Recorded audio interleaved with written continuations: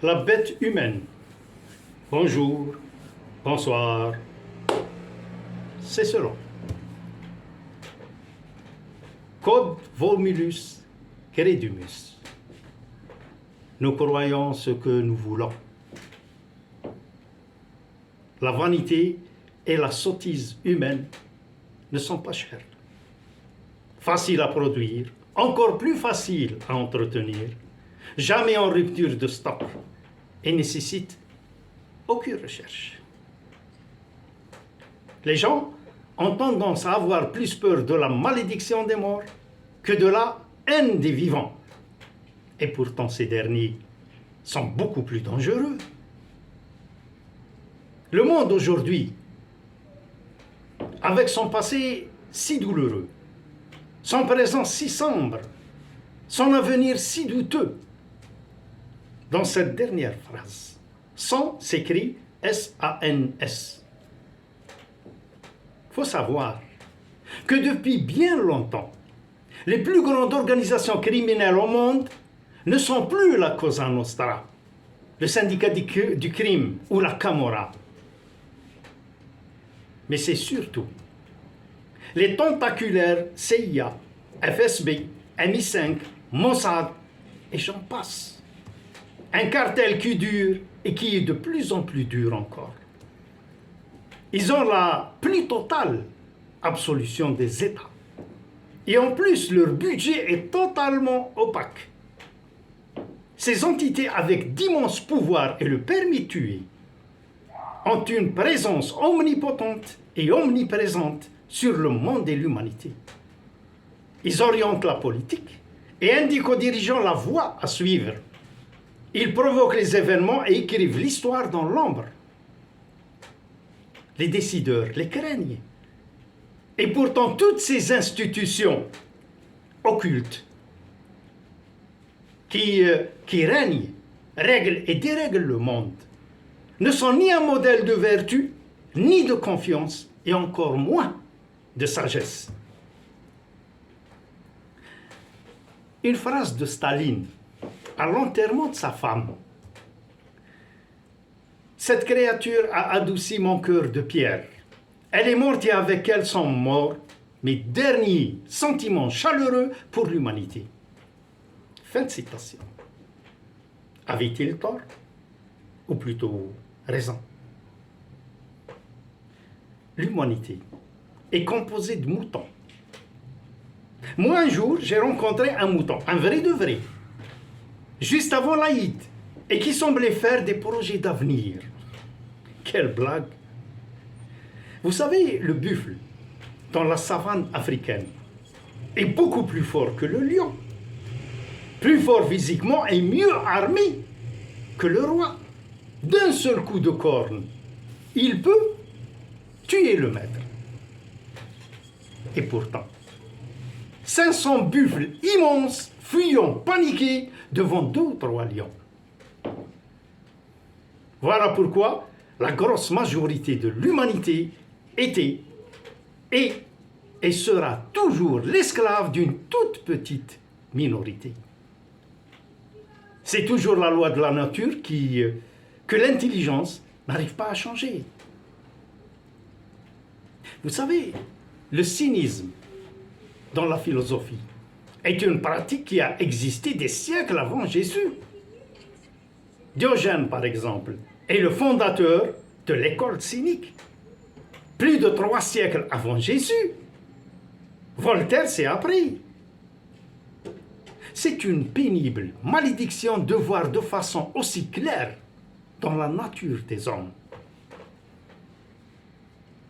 La bête humaine, pas celle de Zola, ou la bête immonde, c'est la guerre affreuse. Une création de l'homme pour détruire l'homme. Et qui ne sert qu'aux humains. Aucune autre espèce n'est aussi efficace en cette détestable pratique de l'homo sapiens, l'homme sage. Avec ce dernier qualificatif, le cynisme est à son comble, trouve et prouve toute sa signification et son aberration. Toute douleur porte en elle sa religion. Il n'y a pas de douceur dans un monde de brutes. L'homme et aussi la femme, ils se valent l'un l'autre, un peu plus, un peu moins, qui se ressemblent, s'assemblent. L'homme est une espèce violente et vindicative. Tant qu'il y aura des soldats sur terre, il y aura toujours des guerres sur terre. Les hommes de science ont fait d'énormes erreurs de toutes sortes. Ils fabriquent des armes de destruction massive. Et ils appellent ça armes de dissuasion. Ça, mes amis, c'est les conneries des gamins dans les cabanes en bois sur les arbres. Même notre science est tyrannique. Elle désire par vanité tout expliquer, et si elle est incapable, elle prétend qu'il n'y a rien à expliquer. Les gens de science ne savent jamais que ce qu'ils doivent savoir. Ils ne croient jamais que ce qu'ils ont intérêt à croire. C'est pour ça qu'il y a autant de trous dans la moquette. C'est une grave erreur de croire nécessairement faux ce que l'on ne comprend pas. Le chercheur, lui, ne tire pas sur l'innocent. Le chercheur se contente d'inventer le flingue et le projectile. Et il reste auréolé d'innocence, tel un ange. Pourquoi dans toutes les armées du monde, on apprend aux soldats à tirer d'abord et réfléchir après? Enfin, quand je dis réfléchir, il ne faut pas être tatillon et prendre le mot dans son sens intégral. Nous avons encore un comportement primitif et imbécile. Un comportement vraiment primitif et bête et imbécile. Au XXIe siècle, nous sommes tous dans une liberté avec des bracelets. Il ne peut y avoir de la douceur dans un monde de brutes. Je le répète et il le faut. Cette semaine, une néofasciste a pris le pouvoir en Italie, avec la bénédiction et l'absolution du peuple. Et cela malgré l'histoire de Mussolini et de la Deuxième Guerre mondiale, qui a fait plus de 60 millions de morts, parce que des fascistes étaient au pouvoir en Allemagne, en Italie et au Japon. Tous ces morts sont des cons, finalement. La guerre est la pire des créations de l'homme, et le pire des pires. C'est quand l'homo sapiens tire de la bête humaine de la gloire. César traînant derrière son char Vercingétorix. Achille traînant derrière son char la dépouille mortelle du prince Hector. Et il en tire une morbide satisfaction. Il n'y a pas plus cher que la vie. Et nous les humains, nous avons fait de celle des autres une quantité négligeable et négligée, taillable et corvéable à l'extrême. Il n'y a pas plus cher que la vie. Comme le dit si bien Corneille, le chanteur rwandais, pas Pierre. On vit chaque jour comme le dernier, et vous ferez pareil, si seulement vous saviez. Ainsi le disait aussi Abd al-Halim dans la chanson Ya Malik al-Qalbi. وَالْعُمْرُ لَوْ تَدْرِي قَصِيرٌ. La guerre est un processus qui découle directement de la politique. Et celle-ci découle des intérêts occultes des uns et des autres.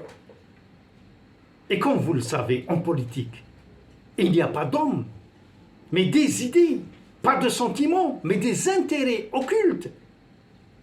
En politique, on ne tue pas l'homme, on supprime un obstacle. Voilà tout. Explique le phénomène qui pourra. Au milieu du jour, le plus beau, tombe la nuit la plus profonde, et le cœur se brise après avoir été dilaté par l'espérance, puis se referme dans la froide réalité. Regardez ces photos. Elles découlent de la bête humaine.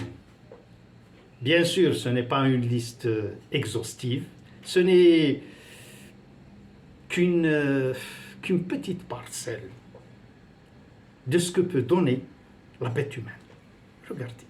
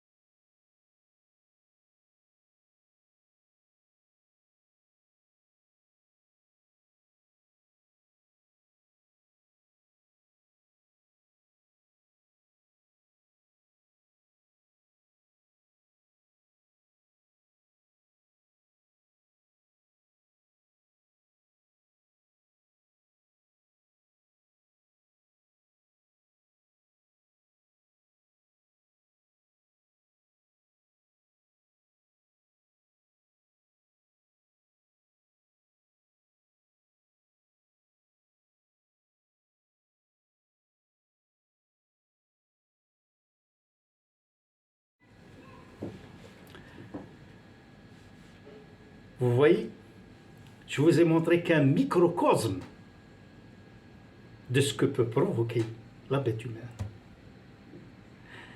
Quand j'étais jeune, très jeune, j'étais très con. Le problème, c'est que je suis resté jeune. Enfin, d'esprit surtout. Et c'est là justement le problème. Souvent, ce que j'ai envie d'entendre et de voir n'est pas tout à fait ce que j'ai envie d'entendre et de voir. Souvent aussi, les mots les plus doux sont aussi les plus douteux. Les endroits les plus beaux sont souvent aussi les plus dangereux. Imaginez un mec qui tombe de l'arbre de la laideur et qui heurte toutes les branches dans sa chute. À l'atterrissage, vous avez votre serviteur.